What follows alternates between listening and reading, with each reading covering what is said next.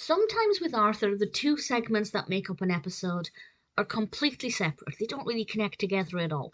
But sometimes the episodes will be very closely linked. And that's definitely what we get with Revenge of the Chip. Now, great title.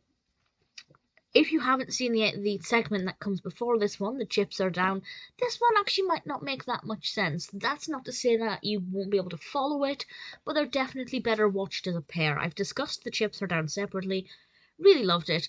Revenge of the Chip is not as good, but it's still pretty strong in its own ways. It's the second segment of the 5th episode of the 3rd season. Following on from the first segment,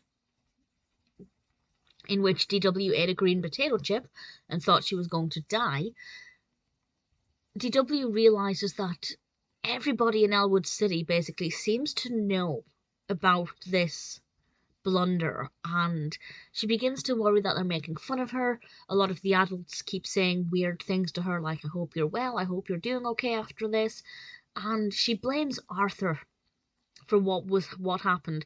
And I'll discuss in a moment, I guess with a spoiler warning, about how people actually found out. But that's also the main message in this, and the message is actually aimed not at people DW's age. Well, maybe it is in a way, by saying it's okay for you to say, please stop talking about that, if you don't want people to know about it. But certainly I feel like it's aimed at other people. But I thought it was decent enough, an interesting enough episode, good off of the back of the first segment, but not, on its own, not as strong.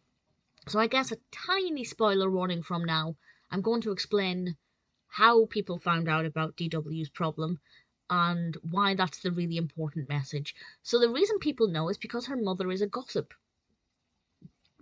Her mother told a few people.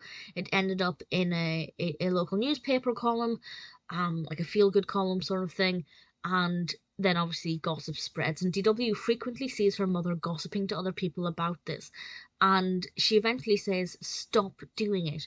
And I was actually really annoyed because her mother did it again after DW said that. To her defense, somebody did ask her about it, but DW said you can't, it's off limits, and her mother kind of realised then that she'd messed up. And there's one quote in this that I think is wonderful, and her mother says, she's going to say, and I quote, I can't talk about it because I want to respect my daughter's feelings. And I thought that was beautiful. I wrote it down straight away.